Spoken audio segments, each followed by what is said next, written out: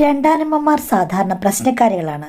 പക്ഷേ ഇവിടെ ആബിദയുടെ രണ്ടാനമ്മ അവർ വളരെ വ്യത്യസ്തയാണ്. തരികിടയാണോ എന്ന് ചോദിച്ചാൽ ആണോ? എന്താണ്, നമുക്ക് കഥ കേൾക്കാം. ആബിദ എഴുതിയിരിക്കുന്ന ആ മെയിലേക്ക് നമുക്കൊന്ന് കണ്ണോടിക്കാം. മാഡം, എൻ്റെ പേര് ആബിദ, യഥാർത്ഥ പേരല്ല കേട്ടോ. ഞാൻ ഡിഗ്രി കഴിഞ്ഞപ്പോൾ എൻ്റെ കല്യാണം കഴിഞ്ഞു. കല്യാണം കഴിഞ്ഞിട്ട് ഇപ്പോൾ 1.25 വർഷമായി. ഞാനും ഇക്കയും എൻ്റെ ബാപ്പയും ഉമ്മയുമായിരുന്നു ഞങ്ങളുടെ വീട്ടിലുണ്ടായിരുന്നത്. പക്ഷേ ഞാൻ 5ാം ക്ലാസ്സിൽ പഠിക്കുമ്പോൾ അന്ന് ഇക്ക 8ാം ക്ലാസ്സിൽ പഠിക്കുകയാണ്. ഞങ്ങളുടെ ഉമ്മ പെട്ടെന്ന് മരണപ്പെട്ടു. ഹാർട്ട് അറ്റാക്ക് ആയിരുന്നു കാരണം. ജന്മന ഹൃദ്രോഗമുള്ളത് ആരും അറിഞ്ഞില്ല. ബാപ്പയ്ക്ക് ബിസിനസ്സാണ്. വേറെ ജില്ലയിൽ 4 കടകളുണ്ട്. അത് നോക്കി അദ്ദേഹം ആ ജില്ലയിലാണ് കഴിയുന്നത്. എല്ലാ ആഴ്ചയും വീക്കെൻഡിൽ ഇവിടെ വരും. അങ്ങനെയാണ്. എൻ്റെ ബാപ്പ തീരെ ചെറുപ്പമാണ്, അതീവ സുന്ദരനുമാണ്. എല്ലാവരും കല്യാണം കഴിക്കാൻ നിർബന്ധിച്ചു. പക്ഷേ 2-3 വർഷത്തേക്ക് പുള്ളിക്കാരൻ അതിനെപ്പറ്റി ചിന്തിച്ചേയില്ല. ഞാൻ +2 പഠിക്കുന്ന സമയത്താണ് ബാപ്പ 2ാം കല്യാണം കഴിക്കുന്നത്. എല്ലാവരും കൂടി ആലോചിച്ചുറപ്പിച്ച ഒരു വിവാഹമാണ്. കണ്ടാൽ അതീവ സുന്ദരി, എൻ്റെ ചേച്ചിയാണെന്ന് പറയും. അത്രേ ഉള്ളൂ. അവരെ കണ്ട് ഞാൻ ശരിക്കും ഞെട്ടിപ്പോയി. പാപ്പായുടെ സൗന്ദര്യം കണ്ടിട്ടായിരിക്കും അവർ സമ്മതിച്ചെന്ന് എനിക്ക് തോന്നി. ആദ്യത്തെ കെട്ടാണ് അവരുടേത്, അല്ലാതെ 2ാം കെട്ടൊന്നുമല്ല. ഉമ്മ മരിച്ചപ്പോൾ തൊട്ടേ പാചകമൊക്കെ ചെയ്ത് ഞാൻ പഠിച്ചതാണ്. പിന്നെ ബന്ധുക്കളൊക്കെ സഹായിക്കുമായിരുന്നു. എന്തായാലും ഞാനും എൻ്റെ ബ്രദറും കൂടാണല്ലോ ആ വീട്ടിൽ കഴിഞ്ഞിരുന്നത്. ബാപ്പ വേറെ കല്യാണം കഴിക്കാമെന്ന് പറഞ്ഞു കഴിഞ്ഞപ്പോഴേക്കും എൻ്റെ ബ്രദറിന് ഒട്ടും ഇഷ്ടപ്പെട്ടില്ല. ഉടനെ തന്നെ എൻ്റെ ഉമ്മയുടെ ആങ്ങളെ വിളിച്ചു. മാമ വന്ന് കൂട്ടിക്കൊണ്ട് പോയി. മാമ അല്ലെങ്കിലും ഞങ്ങൾ രണ്ടുപേരെയും ഒത്തിരി കാലമായി നിർബന്ധിക്കുകയാണ് അവരുടെ തറവാട്ടിൽ പോയി താമസിക്കാൻ. പക്ഷേ ഞങ്ങൾ പോയിട്ടില്ലെന്നേ ഉള്ളൂ. എന്തായാലും എൻ്റെ ബാപ്പയുടെ ഇഷ്ടം വകവയ്ക്കാതെയാണ് എൻ്റെ ബ്രദർ മാമയുടെ കൂടെ തറവാട്ടിൽ പോയത്. അവിടെ എല്ലാ സൗകര്യങ്ങളും ഉണ്ട്. എല്ലാവർക്കും വലിയ കാര്യമാണ്. പണത്തിനും യാതൊരുവിധ ബുദ്ധിമുട്ടുമില്ല. ഇവിടെയുമില്ല. എന്നാലും എൻ്റെ ബ്രദർ അവിടെയായിരുന്നു കംഫർട്ടബിൾ. പിന്നെ ആ സമയത്തേക്കും രണ്ടാനമ്മ കയറി വരികയും ചെയ്തു.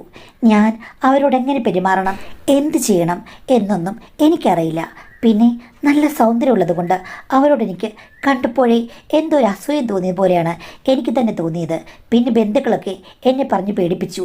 രണ്ടാനമെന്ന് പറഞ്ഞു കഴിഞ്ഞാൽ നിൻ്റെ ജീവിതം പോക്കാം മോളെ, നീ ഇനി ഒത്തിരി കഷ്ടപ്പെടും, അവർ പറഞ്ഞ പോലെല്ലാം നീ ചെയ്യേണ്ടി വരും എന്ന് പറഞ്ഞു. ഞാൻ അവരോട് ജസ്റ്റ് സംസാരിച്ചു എന്നുള്ളതല്ലാതെ ഒരു കാര്യത്തിലും ഇടപെട്ടില്ല. അങ്ങനെ 1-2 മാസം പോയി. അവരുടെ ഹണിമൂണൊക്കെ കഴിഞ്ഞ് തിരിച്ചു വന്നു കഴിഞ്ഞപ്പോഴേക്കും ഒരു ദിവസം ഞാൻ അടുക്കളയിൽ പാചകം ചെയ്തുകൊണ്ടിരിക്കുകയാണ്. അവർ എൻ്റെ അടുത്ത് വന്നു നിന്നിട്ട് പറഞ്ഞു, എന്തായാലും മോളെ, നീ ഇനി ഇങ്ങനെ കഷ്ടപ്പെടേണ്ട കാര്യമില്ല. നീ ഡിഗ്രിക്ക് പഠിക്കല്ലേ, പഠിത്തത്തിൽ മാത്രം ശ്രദ്ധിച്ചാൽ മതിയെന്ന്. ഞാനൊന്നും മിണ്ടിയില്ല. അവർ എന്നോട് പറഞ്ഞു, ഒരിക്കലും ഞാൻ നിൻ്റെ എതിരാളിയാണെന്ന് നീ വിചാരിക്കരുത്. എനിക്ക് നിന്നെ മോളെപ്പോലെയൊന്നും കരുതാനും പറ്റില്ല.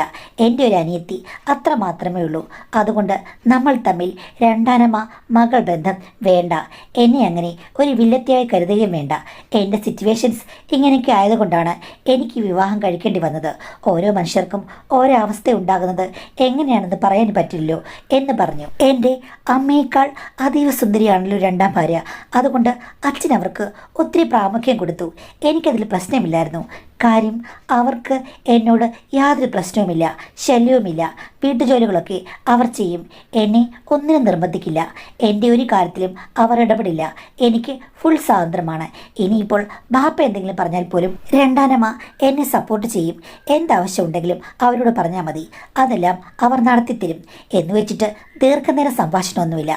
അവർക്ക് അവരുടെ ജോലി, എനിക്ക് എൻ്റെ കാര്യം, അത്രയേ ഉള്ളൂ. ആളുകൾ പറഞ്ഞു പേടിപ്പിക്കുന്ന പോലെയൊന്നും ഞങ്ങളുടെ വീട്ടിലുണ്ടായില്ല. ഞാൻ നല്ല കംഫർട്ടബിളുമായിരുന്നു. രണ്ടാനമ്മയെ പേടിച്ച് മാമയുടെ വീട്ടിൽ പോയ എൻ്റെ സഹോദരൻ ഇടയ്ക്കിടയ്ക്ക് വരും. അപ്പോഴാണ് രണ്ടാനമ്മയുടെ സ്വഭാവം മനസ്സിലാക്കിയത്. അതോടുകൂടി പുള്ളിക്കാരന് പ്രശ്നമൊന്നുമില്ലാതായി. ഡിഗ്രി കഴിഞ്ഞ ഉടൻ തന്നെ ഇക്കയ്ക്ക് ഗൾഫിൽ പോകണമെന്നായിരുന്നു ആഗ്രഹം. അത് എൻ്റെ ബാപ്പയ്ക്ക് അത്ര ഇഷ്ടമല്ല. പക്ഷേ രണ്ടാനമ്മയാണ് അതെല്ലാം പറഞ്ഞ് ശരിയാക്കിയത്. അവന് ഇഷ്ടമുള്ളതുപോലെ ചെയ്യട്ടെ, അതല്ലേ നല്ലത്. ഇഷ്ടമില്ലാത്ത കാര്യത്തിന് കുന്തിത്തള്ളി വിട്ട് കഴിഞ്ഞാൽ അത് കുഴപ്പമാകുമെന്ന് പറഞ്ഞ് എത്രയും പെട്ടെന്ന് എൻ്റെ ചേട്ടനെ ഗൾഫിലേക്ക് പറഞ്ഞു വിട്ടത് രണ്ടാനമ്മയാണ്. അതുകൊണ്ട് അവർ തമ്മിലും നല്ല സൗഹൃദം തന്നെ. എനിക്ക് പഠിക്കാനോ ജോലി ചെയ്യാനോ ഒന്നും വലിയ ആശയമൊന്നുമില്ല.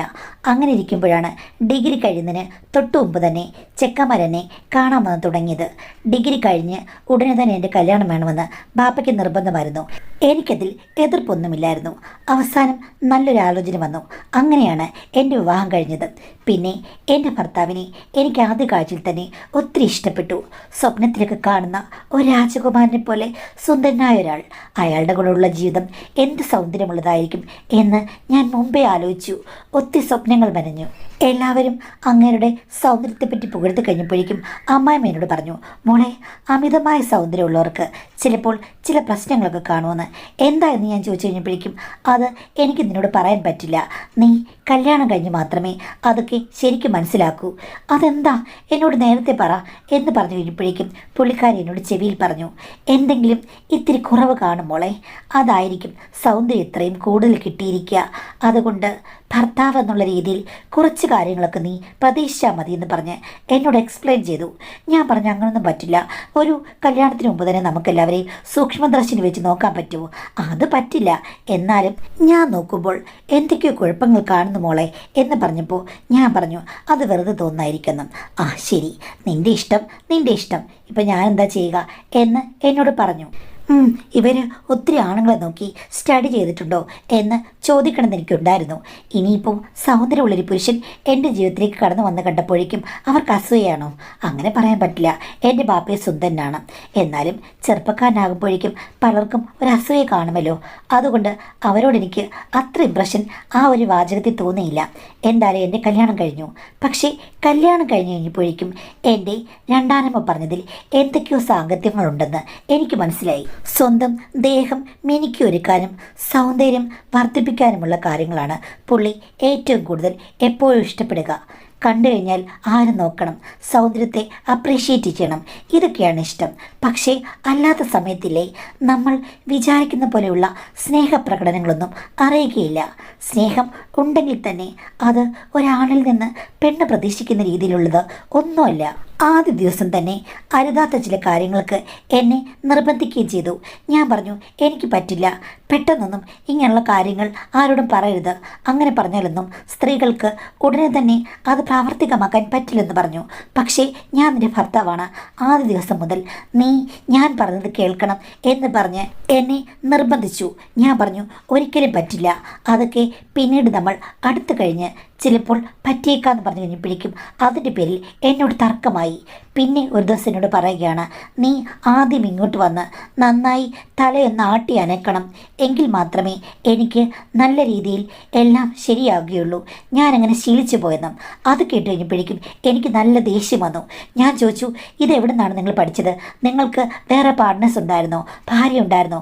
കാമുകി ഉണ്ടായിരുന്നോ? നിങ്ങൾക്ക് ഗൾഫിൽ ബിസിനസ് ആണല്ലോ, നിങ്ങൾ എന്തെടുക്കുകയായിരുന്നു അവിടെ എന്നൊക്കെ ചോദിച്ച് എനിക്ക് വല്ലാത്ത ദേഷ്യം വന്നു. പുള്ളി അറിയാതെ പറഞ്ഞു പോയതാണ്. പക്ഷേ നേരത്തെ തന്നെ ഇങ്ങനൊരു ശീലം ഏതോ ഒരാളിൽ നിന്ന് പുള്ളിക്ക് പകർന്നു കിട്ടിയിട്ടുണ്ട്. ഇങ്ങനെയൊക്കെ തർക്കങ്ങൾ പതിവായപ്പോൾ എനിക്ക് മനസ്സിലായി ഇങ്ങേർക്ക് വലിയ ഹിസ്റ്ററി ഉള്ള ആളാണെന്ന്. അങ്ങനെ ഞാൻ ഇക്കയോട് കാര്യങ്ങൾ ചോദിച്ചു. പറഞ്ഞില്ലെങ്കിൽ ഞാൻ നിൽക്കില്ല, വീട്ടിലേക്ക് പോവാണെന്ന് പറഞ്ഞു. ആ സമയത്താണ് പുള്ളിക്കാരൻ പറഞ്ഞത്, മറ്റ് രാജ്യങ്ങളിൽ നിന്നുള്ള സ്ത്രീകളൊക്കെ ഉണ്ടല്ലോ, അവർക്കൊക്കെ ഈ കാര്യങ്ങൾക്ക് വലിയ ഊർജ്ജമാണ്. അതുമാത്രമല്ല, ആദ്യം അവരിതൊക്കെ അങ്ങ് തുടങ്ങും. നല്ല രീതിയിൽ കഴുത്ത് വേദനിച്ചാലും അവർക്ക് പ്രശ്നമില്ല. ഈ കാര്യത്തിന് വേണ്ടി പണം വാരിയെറിയുന്നൊരു ശീലമുണ്ടായിരുന്നെന്നും പണം കണ്ട് മോഹിച്ചു വരുന്നവരൊക്കെ വലിയ രീതിയിൽ ഇത്തരം പ്രവർത്തനങ്ങൾ ആദ്യമേ തുടങ്ങുമായിരുന്നെന്നും എൻ്റെ ഹസ്ബൻഡ് പറഞ്ഞു. ഇതൊക്കെ കേട്ട് കഴിഞ്ഞപ്പോഴേക്കും എനിക്ക് വല്ലാത്ത മടുപ്പായി. അതുമാത്രമല്ല, പിന്നെ പൂർണ്ണമായുള്ള കാര്യങ്ങളൊന്നും നടന്നില്ലെങ്കിലും ഇങ്ങനെയാണെങ്കിലും മതി, പുള്ളിക്ക് ഓക്കെയാണ്, ഗൾഫിൽ വെച്ച് ശീലിച്ചു പോയതാണ്, മാറ്റാൻ പറ്റില്ല, നീ തന്നെ ഇങ്ങോട്ട് വന്ന് ഒന്ന് തുടങ്ങണമെന്ന് പറഞ്ഞപ്പോൾ ഞാൻ അതൊന്നും കേട്ടില്ല. എനിക്ക് സത്യം പറഞ്ഞാൽ നല്ല വെറുപ്പ് ആ സമയത്ത് തോന്നി. ഇങ്ങനെ അങ്ങോട്ടും ഇങ്ങോട്ടും ഓടി നടന്ന ഒരാളെയാണല്ലോ എൻ്റെ ജീവിതത്തിലേക്ക് എനിക്ക് ദൈവം തന്നതെന്നോർത്ത് ഒത്തിരി റിഗ്രറ്റ് എനിക്ക് തോന്നി മാഡം. എങ്കിലും സൗന്ദര്യമുള്ളത് കൊണ്ട് ഏതൊക്കെ രീതിയിൽ ഞാൻ അഡ്ജസ്റ്റ് ചെയ്തു. 2.5 മാസം, ആ 2.5 മാസം ശരിക്കും സ്ട്രഗിളിൻ്റേതായിരുന്നു. അത് കഴിഞ്ഞിട്ട് പിന്നെ പിരിയാനൊന്നും പറ്റില്ലല്ലോ. പെട്ടെന്ന് ഇതൊക്കെ പറഞ്ഞു കഴിഞ്ഞാൽ വീട്ടുകാരൻ ഞെട്ടും, പുറത്ത് പറയാൻ കൊള്ളാവുന്ന കഥയല്ലല്ലോ. അതുകൊണ്ട് ഞാൻ കടിച്ചു പിടിച്ച് നിന്നു. ഭർത്താവ് ഗൾഫിൽ പോയി, ബിസിനസ്സാണല്ലോ, ഇനിയിപ്പോൾ 6 മാസം കഴിഞ്ഞ് 45 ദിവസത്തെ ലീവിന് വരും എന്നെന്നോട് പറഞ്ഞു. ആ സമയത്ത് ഞാൻ ഭർത്താവിൻ്റെ വീട്ടിലും എൻ്റെ വീട്ടിലുമായി മാറി മാറി നിൽക്കും. ഒരാഴ്ച എൻ്റെ വീട്ടിൽ നിന്നാൽ ഒരാഴ്ച ഭർത്താവിൻ്റെ വീട്ടിൽ നിൽക്കും. അതിലൊന്നും ആർക്കും പരാതിയുമില്ല. പിന്നെ രണ്ടാനമ്മ തനിയാണല്ലോ പല ദിവസങ്ങളിലും. ബാപ്പ വീക്കെൻഡിൽ മാത്രമേ വരികയുള്ളൂ. ഒരു ദിവസം ഞാൻ സിറ്റൗട്ടിലിരിക്കുകയാണ്. അപ്പോൾ രണ്ടാനമ്മ എന്നോട് വന്ന് ചോദിച്ചു, മോളെ ഞാൻ ഒരു കാര്യം ചോദിക്കട്ടെ, നീ നിൻ്റെ ഭർത്താവും തമ്മിൽ നല്ല പൊരുത്തമില്ലേ? അതെന്താ അങ്ങനെ ചോദിച്ചത് എന്ന് പറഞ്ഞപ്പോൾ അവർ പറഞ്ഞു, അല്ല, നിങ്ങൾ അങ്ങോട്ടും ഇങ്ങോട്ടും എപ്പോഴും ഫോൺ വിളിക്കുന്നൊന്നും കാണുന്നില്ല. പുതുമോടിയാണല്ലോ, കൂടി വന്നാൽ 3-4 മാസമല്ലേ ആയിട്ടുള്ളൂ. എന്തുകൊണ്ടാണ് നിങ്ങൾ തമ്മിൽ ഒരകൽച്ച പോലെ? ഞാൻ പറഞ്ഞു, ഇക്ക ബിസിയാണെന്നും. അവനത്ര ബിസിയൊന്നുമല്ലല്ലോ, എന്നെ വിളിക്കാറുണ്ടല്ലോ. അറിയില്ല, ഞാൻ വിളിക്കുമ്പോൾ നല്ല ബിസിയാണെന്നാണ് പറയുന്നത്. പിന്നെ കിടക്കാൻ നേരത്ത് കുറച്ചു നേരം വിളിക്കും, 1 മണിക്കൂർ സംസാരിക്കാറുണ്ടെന്ന് പറഞ്ഞു. പുള്ളിക്കാരി അമർത്തിയൊന്ന് മൂളി. എന്നിട്ട് എന്നോട് പറഞ്ഞു, എന്തോ കുഴപ്പമുള്ളതുപോലെ എനിക്ക് തോന്നുന്നു, സ്പെല്ലിംഗ് മിസ്റ്റേക്ക് ഉണ്ടെന്നുള്ളത് നേരാണ്. പക്ഷേ ഞാനിനി അവനോട് തുറന്ന് ചോദിക്കും. എനിക്കാണെങ്കിൽ ബെല്ലും ബ്രേക്കും ഒന്നും ഇല്ലാത്ത ടൈപ്പാണെന്ന് എനിക്കറിയാമല്ലോ. അത് കേട്ടപ്പോൾ ഞാൻ പറഞ്ഞു, ചോദിക്കണ്ടെന്ന്. എങ്കിൽ ഉള്ള കാര്യം പറയാൻ പറഞ്ഞു. അവർ നിർബന്ധിച്ചു കഴിഞ്ഞപ്പോഴേക്കും ഞാൻ പറഞ്ഞു, ആദ്യ ദിവസം തന്നെ എൻ്റെ കഴുത്ത് വേദനിക്കുന്ന കാര്യങ്ങളാണ് പുള്ളി പറഞ്ഞത്. പിന്നെ എല്ലാ ദിവസവും ഞാൻ തന്നെ മുൻകൈ എടുക്കണം. എനിക്ക് പറ്റില്ല അങ്ങനെ. എന്നോട് ഇങ്ങോട്ട് നല്ല സ്നേഹത്തിൽ പെരുമാറുന്നത് ഞാൻ ആദ്യം തന്നെ തുമ്പി തുള്ളിയ ശേഷമാണ്. എനിക്കെന്നും അങ്ങനെ തുള്ളാൻ വയ്യ എന്ന് പറഞ്ഞു കഴിഞ്ഞപ്പോഴേക്കും പുള്ളിക്കാരി പൊട്ടിച്ചിരിച്ചു. എന്നെ കളിയാക്കാൻ വേണ്ടിയിട്ടാണോ നിങ്ങളിത് ചോദിച്ചത് എന്ന് പറഞ്ഞ് ഞാൻ ദേഷ്യപ്പെട്ടു. അല്ല, എന്നിട്ട് ബാക്കി അവനെന്ത് പറഞ്ഞു? അത് ഗൾഫിൽ വെച്ച് പല പല രാജ്യക്കാരികളും ഉണ്ടായിരുന്നു അത്രേ. അവർ വരുമ്പോൾ തന്നെ ഇങ്ങനെയായിരുന്നു തുടക്കം. അതുകൊണ്ട് തന്നെ ഇപ്പോൾ അത്തരം തുടക്കം കിട്ടിയെങ്കിൽ മാത്രമേ പുള്ളിക്ക് ഞങ്ങളുടെ ദാമ്പത്യം സ്മൂത്തായിട്ട് കൊണ്ടുപോകാൻ പറ്റുള്ളൂ എന്ന് പറഞ്ഞു എന്ന്. അപ്പോൾ പുള്ളിക്കാരി താടിക്ക് കൈ കൊടുത്തിട്ട്, 2.5 മാസം ഉണ്ടായിരുന്നല്ലോ, എന്നിട്ട് നീ എത്ര ദിവസം മുൻകൈ എടുത്തു? ഞാൻ ആലോചിച്ചു, ഒരു 10 ദിവസം. ആ സമയത്ത് നിനക്ക് പ്രത്യേകിച്ച് പ്രശ്നമൊന്നുമില്ലായിരുന്നു, എനിക്ക് നല്ല പ്രശ്നം ഉണ്ടായിരുന്നു.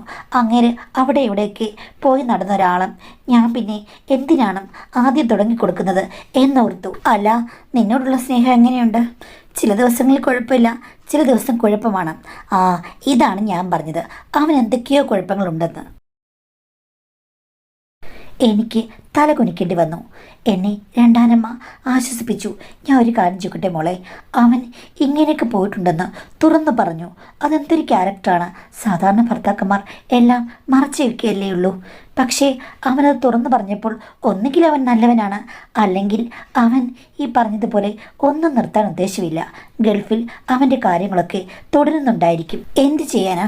ഞാനിപ്പോൾ അങ്ങനെ കെട്ടിയിടാൻ പറ്റുമോ എന്ന് ചോദിച്ചു കഴിഞ്ഞപ്പോഴേക്കും അവർ പറഞ്ഞു, ഒന്നുകിൽ നിനക്ക് ഈ ഒരു കാര്യത്തിൽ നിന്ന് പിന്മാറാം, ഈ വിവാഹബന്ധം വേണ്ടാന്ന് വെക്കാം, അല്ലെങ്കിൽ പിന്നെ അവനെ അഡ്ജസ്റ്റ് ചെയ്ത് ജീവിക്കാം. അപ്പോൾ നീ ഓർക്കണം, നല്ല സൗന്ദര്യമുള്ളൊരു ഭർത്താവിനെ നിനക്ക് കൂടെ കൊണ്ട് നടക്കാൻ കിട്ടും. പിന്നെ അത് മാത്രവുമല്ല, നല്ല സാമ്പത്തികവും തരുമായിരിക്കാം. പൈസ ഒക്കെ അയച്ചു തരില്ലേ? അതൊക്കെ തരും. അത്രയേ ഉള്ളൂ. അതിൽ കൂടുതലൊന്നും നീ പ്രതീക്ഷിക്കേണ്ട കാര്യമില്ല. സഹിക്കാൻ പറ്റുമെങ്കിൽ ഓക്കെ. അപ്പം ഞാൻ പറഞ്ഞു, ഞാനും അതാ ഉദ്ദേശിക്കുന്നത്. ഏത് പരിധി വരെ പോകുമെന്ന് നോക്കാമല്ലോ എന്ന്. ശരി മോളെ, അങ്ങനെയാണെങ്കിൽ നല്ല തീരുമാനം. നീ നിൻ്റെ മനസ്സിലുള്ള കാര്യങ്ങളൊക്കെ പറഞ്ഞല്ലോ, അതുകൊണ്ട് ഞാനും എൻ്റെ ചില കാര്യങ്ങൾ നിന്നോട് പറയാം. എനിക്ക് വിവാഹത്തിന് മുമ്പ് അന്യമതത്തിലുള്ള ഒരാളുമായി നല്ല പ്രണയമുണ്ടായിരുന്നു. എന്ത് പ്രശ്നമുണ്ടായാലും അങ്ങേരെ കല്യാണം കഴിക്കണമെന്ന് വെച്ച് ഞാൻ ഇരിക്കുകയായിരുന്നു. സത്യം പറഞ്ഞാൽ അത് നടന്നില്ല. അവരുടെ വീട്ടുകാർക്കും എൻ്റെ വീട്ടുകാർക്കും ഒന്നും അത് സമ്മതമായിരുന്നില്ല. അവസാനം അങ്ങേര് പിന്മാറി. കുറേ നാളൊക്കെ ഞങ്ങൾ കടിച്ചു പിടിച്ച് നിന്നു. അവസാനം എനിക്ക് പ്രായമേറി കഴിഞ്ഞപ്പോഴേക്കും വിവാഹത്തിന് ബുദ്ധിമുട്ടായി. അങ്ങനെയാണ് ഈ 2ാം കല്യാണം നടന്നത് മോളെ. അപ്പോൾ നിങ്ങൾക്ക് വിവാഹത്തിന് മുമ്പ് നല്ല അടുപ്പമുണ്ടായിരുന്നു, എല്ലാ തരത്തിലുമുള്ള അടുപ്പമുണ്ടായിരുന്നു. അങ്ങനൊന്നും ഞങ്ങൾക്ക് പെട്ടെന്ന് വിട്ടുപിരിയാൻ പറ്റില്ല എന്നുകൂടി അവർ പറഞ്ഞു. അത് കേട്ടപ്പോൾ എനിക്ക് വല്ലാത്ത സംശയമായി. ഞാൻ ഒന്ന് ചോദിക്കട്ടെ, അയാളുമായിട്ട് ഇപ്പോഴും കണക്ഷൻ ഉണ്ടോ? ഉണ്ട്. പുള്ളി കല്യാണം കഴിച്ച് 2 കുട്ടികളുണ്ടെങ്കിലും ഇടയ്ക്കിടയ്ക്ക് എന്നെ കാണാൻ വരും. ഇവിടെയും കാണാൻ വരുമോ? തീർച്ചയായും കാണാൻ വരുമോളെ. അതെനിക്ക് ഒരാശ്വാസമാണ്. അവനവൻ്റെ പുരുഷൻ എന്ന് പറയുന്നത് അവനവൻ ഇഷ്ടപ്പെട്ട ആദ്യത്തെ ആൾ തന്നെയായിരിക്കും. അങ്ങനെ ഒരാൾ എൻ്റെ ജീവിതത്തിൽ ഇടയ്ക്കിടയ്ക്ക് വരുന്നത് ഒരു റിലാക്സേഷനാണ്. അത് ബാപ്പയോട് ചെയ്യുന്ന ഒരു വഞ്ചനയല്ലേ എന്ന് ചോദിച്ചു കഴിഞ്ഞപ്പോഴേക്കും, അല്ല, നിൻ്റെ ഭർത്താവ് തുറന്നു പറഞ്ഞു, എന്നിട്ടും നീ ആ വഞ്ചന സഹിച്ച് നിൽക്കുന്നില്ലേ എന്ന് പറഞ്ഞതുപോലെ നിൻ്റെ ബാപ്പയും അങ്ങ് നിൽക്കുമെന്ന് വിചാരിച്ചാൽ മതി. അങ്ങേരും വലിയ ഫ്രഷ് ഒന്നും അല്ലല്ലോ. കൊള്ളാം, നല്ല ന്യായീകരണം. എൻ്റെ ബാപ്പയെ പറ്റിക്കുന്നത് ശരിയല്ല. എടി, ശരിയും തെറ്റുമെന്നും ഇവിടെ നോക്കിയിട്ട് ഒരു കാര്യമില്ല. നിന്നോട് ഞാൻ ഈ കാര്യം പറഞ്ഞ് എന്താണെന്നറിയാമോ? മിക്കവാറും ദിവസങ്ങളിൽ നീ വരുമ്പോൾ നമ്മൾ രണ്ടുപേരും മാത്രമേ ഉള്ളൂ. അങ്ങേര് മാസത്തിൽ 3-4 വട്ടമെങ്കിലും ഇങ്ങോട്ട് വരാറുണ്ട്. ഇനിയിപ്പം നീ കണ്ടിട്ട് പെട്ടെന്ന് ഞെട്ടിപ്പോകണ്ട, പ്രശ്നങ്ങൾ ഉണ്ടാക്കണ്ട. അതുകൊണ്ടാണ് ഞാൻ പറഞ്ഞത്. നിൻ്റെ രഹസ്യം നീ എന്നോട് പറഞ്ഞു, അത് നിനക്കൊരാശ്വാസം. എൻ്റെ രഹസ്യം ഞാൻ നിന്നോട് പറഞ്ഞു, അത് എൻ്റെ ഒരു മുൻകരുതൽ. ഇതിൻ്റെ പേരിൽ നമ്മൾ തമ്മിൽ ശത്രുതകളില്ല. നിൻ്റെ കാര്യങ്ങൾ ഞാൻ ആരോടും പറയില്ല. എൻ്റെ കാര്യങ്ങൾ നീയും ആരോടും പറയരുത്. ബാപ്പയുടെ കാര്യമൊക്കെ അവിടെ കിടക്കട്ടെ. നമ്മൾ രണ്ട് പെണ്ണുങ്ങളല്ലേ, പെണ്ണുങ്ങളുടെ കാര്യങ്ങൾ പെണ്ണുങ്ങൾക്കല്ലേ അറിയുകയുള്ളൂ. സുന്ദരനാണെന്ന് വെച്ച് നിൻ്റെ ഭർത്താവ് കേമനല്ലാത്തതുപോലെ സുന്ദരനാണെന്ന് വെച്ച് നിൻ്റെ ബാപ്പയും എനിക്ക് കേമനല്ല. അത് നീ തിരിച്ചറിയുക. നമ്മൾ രണ്ട് പെണ്ണുങ്ങളും എന്തൊക്കെയോ മിസ് ചെയ്ത് ജീവിക്കുന്ന ആളുകളാണ്. പക്ഷേ ഭർത്താക്കന്മാരെ നിലനിർത്തുകയും വേണം. ഇതാണ് നമ്മുടെ ലക്ഷ്യം. അതല്ലാതെ ഒന്നുമില്ല. നീ എന്നെ മാത്രം കുറ്റക്കാരിയെ കാണരുത് എന്ന് പറഞ്ഞു. അത് കേട്ടപ്പോൾ അവർ പറഞ്ഞതിൽ എന്തോ ഒരു പോയിന്റ് ഉണ്ടെന്ന് എനിക്ക് തോന്നി. ഞാൻ സമ്മതിച്ചു. ഇല്ല, ഞാനും ഈ രഹസ്യം ആരോടും പറയില്ല. അങ്ങനെ പോയിക്കോട്ടെ. അവരുമായി ഒരു അണ്ടർസ്റ്റാൻഡിങ്ങിൽ പോകുന്നതായിരിക്കും നല്ലത്. കാര്യം എന്തൊക്കെ പറഞ്ഞാലും എനിക്ക് രണ്ടാനമെന്നുള്ള രീതിയിൽ ഒരു പ്രശ്നം ഉണ്ടാക്കാത്ത സ്ത്രീയാണ് ഞാൻ. തലയാട്ടിയപ്പോൾ രണ്ടാനം എന്നോട് പറഞ്ഞു തന്നു, ഒന്നുകിൽ ഭർത്താവിൻ്റെ ദുസ്വഭാവങ്ങളൊക്കെ നീ സഹിക്കുക, സ്നേഹമായി പെരുമാറുക, ആവുന്നിടത്തോളം സഹകരിക്കുക, പണമൊക്കെ നീ സ്വരുക്കൂട്ടുക, ഒന്നിനും എതിര് പറയരുതെന്ന് പറഞ്ഞു. ഞാൻ തലയാട്ടി. അതുപോലെ തന്നെ നിൻ്റെ ബാപ്പയും ഇങ്ങനെയൊക്കെ തന്നെയാണ്. എന്താ എൻ്റെ ബാപ്പയ്ക്ക് പ്രശ്നം? അത് പലതുമുണ്ട്. ടൈമില്ല, പ്രായമായി, അങ്ങനെ കുറേ കാര്യങ്ങൾ എനിക്ക് പറയാനുണ്ട്. ഞാനും ഒരു സ്ത്രീ എന്നുള്ള നിലയിൽ അത്രയ്ക്കും അങ്ങോട്ട് തുള്ളിത്തുള്ളുമ്പിയിട്ടില്ല എന്ന് നീ മനസ്സിലാക്കുക. അത് പക്ഷേ നിങ്ങൾക്ക് ആദ്യം കാമകനുള്ളത് കൊണ്ടായിരിക്കാം. അങ്ങേരുമായി താരതമ്യം ചെയ്യുമ്പോൾ നമുക്ക് എപ്പോഴും പ്രശ്നങ്ങൾ തോന്നുമല്ലോ. നീ പറഞ്ഞ ആ പോയിന്റ് ഞാൻ സമ്മതിക്കാം. പക്ഷേ എൻ്റെ കാമകൻ നീ വിചാരിക്കുന്ന പോലെയല്ല. അങ്ങേർ തീർച്ചയായും നിൻ്റെ അച്ഛനേക്കാളൊക്കെ ഒരു പടിയല്ല 100 പടി മുകളിൽ നിൽക്കുന്ന ആളാണ്. ഫീച്ചേഴ്സും വ്യത്യസ്തമാണ്. ഇത്രയും നാളായിട്ടും ആ കണക്ഷൻ ഞാൻ വിടാതെ കൊണ്ടു നടക്കുന്നതിന് പിന്നിൽ നിനക്ക് ഊഹിക്കാവുന്നതിലും അധികം വിദ്യകളുണ്ട് മോളെ. അതുകൊണ്ടാണല്ലോ ഏതൊരു സ്ത്രീയും ചെയ്യാത്ത കാര്യങ്ങൾ ഞാൻ ഇപ്പോൾ അനുവർത്തിക്കുന്നത് എന്ന് പുള്ളിക്കാരി പറഞ്ഞു. എന്നിട്ട് അയാളെ പുകഴ്ത്തി പറഞ്ഞു. ഞാൻ പറഞ്ഞു, ഓ ചുമ്മാ വെറുതെ എങ്ങനെ പുകഴ്ത്താതെ എന്ന് പറഞ്ഞപ്പോൾ പുള്ളിക്കാരി എന്നോട് പറഞ്ഞു, എന്തായാലും നിൻ്റെ ഭർത്താവ് ശരിയല്ലോ, അതുകൊണ്ട് ഞാൻ നിനക്കൊരു അവസരം തരാം. എൻ്റെ കാമുകന് വരുന്ന ദിവസം ഒരു കാര്യം ചെയ്യ്, ഞാൻ അങ്ങ് റെസ്റ്റ് എടുത്തോളാം. നീ രംഗത്തിറങ്ങി ഒന്ന് നോക്ക്. എന്നിട്ട് ഫലമുണ്ടായില്ലെങ്കിൽ മാത്രം എന്നോട് തർക്കിക്കുക. ഫലമുണ്ടായിക്കഴിഞ്ഞ് അങ്ങേരെ നീ പുകഴ്ത്തുകയാണെങ്കിൽ 1 പവൻ നീ എനിക്ക് നൽകേണ്ടി വരും. ഞാൻ പുകഴ്ത്തിയില്ലെങ്കിൽ എൻ്റെ കയ്യിൽ കിടക്കുന്ന 1 പവൻ്റെ വള ഞാൻ നിനക്ക് തരാമെന്ന് പറഞ്ഞു. ഞാൻ പറഞ്ഞു, ചുമ്മാ ഞാൻ തമാശയ്ക്ക് പറഞ്ഞതാണ്. എനിക്കെന്തായാലും എൻ്റെ ദാമ്പത്യ ജീവിതം കുട്ടിച്ചോറാക്കാൻ യാതൊരു ഉദ്ദേശമില്ല. എന്തിനാ മോളെ അത് കുട്ടിച്ചോറാക്കുന്നത്? ഓൾറെഡി വെന്ത് കൊഴിഞ്ഞ ചോറല്ലേ എന്ന് പറഞ്ഞ് നീ കളിയാക്കി. എന്തായാലും ഇത്രയും തുറന്ന് സംസാരിച്ചപ്പോൾ അവരുമായുള്ള ബോണ്ട് എനിക്ക് വർദ്ധിച്ചു. പിന്നെ എപ്പോഴാണ് പുള്ളിക്കാരുടെ കാമുകന് വരുന്നതെന്ന് എനിക്ക് അറിയില്ല. എന്തായാലും ഞാൻ ഇടയ്ക്കിടയ്ക്ക് ചോദിക്കും വന്നോന്ന്. ആ മിനിഞ്ഞാന്ന് വന്നല്ലോ എന്ന്. ആ സമയത്ത് ഞാൻ വീട്ടിലുണ്ടായിരുന്നതാണ്. പക്ഷേ ഞാനൊന്നും അറിഞ്ഞില്ല. ഇങ്ങനെ പോയി കഴിഞ്ഞപ്പോഴേക്കും എനിക്ക് വല്ലാത്തൊരു കൗതുകമായി. ഇടയ്ക്ക് ഹസ്ബൻഡ് വന്നു. അപ്പോൾ ഞാൻ മാക്സിമം അഡ്ജസ്റ്റ് ചെയ്താണ് എല്ലാ വട്ടവും പെരുമാറിയത്. പ്രശ്നങ്ങളില്ലാതെ മുന്നോട്ട് കൊണ്ടുപോകാൻ ഞാൻ ശ്രമിച്ചു. നീ മെച്ചപ്പെട്ടിട്ടുണ്ടല്ലോ എന്ന് പറഞ്ഞു. ഞാൻ പറഞ്ഞു, എനിക്ക് നിങ്ങളോട് ഇഷ്ടമുണ്ട്, അതുകൊണ്ട് മെച്ചപ്പെട്ടതാണ്. പക്ഷേ അതിൻ്റെ ഗുണം എനിക്ക് പണമായും സ്വർണമായും കിട്ടണമെന്ന് പറഞ്ഞു. അതൊക്കെ നിനക്ക് എത്ര വേണമെങ്കിലും ഞാൻ വാങ്ങിത്തരാം. എൻ്റെ ഭാര്യയായിട്ട് ഒരിടത്ത് കംപ്ലൈൻറ്റ് ഇല്ലാതിരുന്നാൽ മതി എന്ന് പറഞ്ഞു. ഞാൻ പറഞ്ഞു ഓക്കെ, പക്ഷേ ഇപ്പോഴെങ്കിലും കുട്ടികളെ വേണ്ടാന്ന് പറഞ്ഞു. അതൊക്കെ നമുക്ക് റെഡിയാക്കാമെന്ന് പറഞ്ഞിട്ടാണ് പുള്ളി പോയത്. അതോടുകൂടി ഞാനും ഭർത്താവും തമ്മിൽ നല്ല അണ്ടർസ്റ്റാൻഡിങ് ആയി. മൈൻഡ് റിലാക്സ് ആയി കഴിഞ്ഞപ്പോഴേക്കും എനിക്ക് രണ്ടാനമ്മയുടെ കാമുകൻ ആരാണെന്ന് കാണാൻ ഒരു കൗതുകം. ഇവരിങ്ങനെ പറയുകയാണല്ലോ വലിയ എന്തോ മലയാണ് എലിയാണെന്നൊക്കെ. ഒന്ന് കാണണം, എലിയാണോ പുലിയാണോ എന്ന് ഞാൻ തീരുമാനിക്കട്ടെ എന്നെനിക്ക് തോന്നി. അപ്പോൾ പുള്ളിക്കാരി പറഞ്ഞു, അതിനെന്താ, മറ്റന്നാൾ വരുന്നുണ്ട്, ഉറങ്ങരുത്, 11:45 ഞാൻ വന്ന് മുട്ടി വിളിക്കുന്നു പറഞ്ഞു. ഞാൻ ഓക്കെ എന്ന് പറഞ്ഞു. അങ്ങനെ ആ ദിവസം പുള്ളിക്കാരി മുട്ടി വിളിച്ചു. ഞാൻ ഇറങ്ങി വന്നു കഴിഞ്ഞപ്പോഴേക്കും അദ്ദേഹത്തെ കണ്ടു. അവർ പറഞ്ഞതിനേക്കാളൊക്കെ വലിയ ഒരു ഇമ്പ്രഷനാണ് എനിക്ക് തോന്നിയത്. നല്ല സൗന്ദര്യമുള്ള ഒരാൾ, അതും നമുക്ക് മച്ചൂടായുള്ള ഒരാളെ കാണുമ്പോഴേക്കും ഒത്തിരി ഇഷ്ടം തോന്നില്ലേ? നല്ല ഫിഗർ. എപ്പോഴും ജിമ്മിൽ പോകുന്ന ഒരു ആളാണെന്ന് നമുക്ക് കണ്ടപ്പോൾ തന്നെ തോന്നി.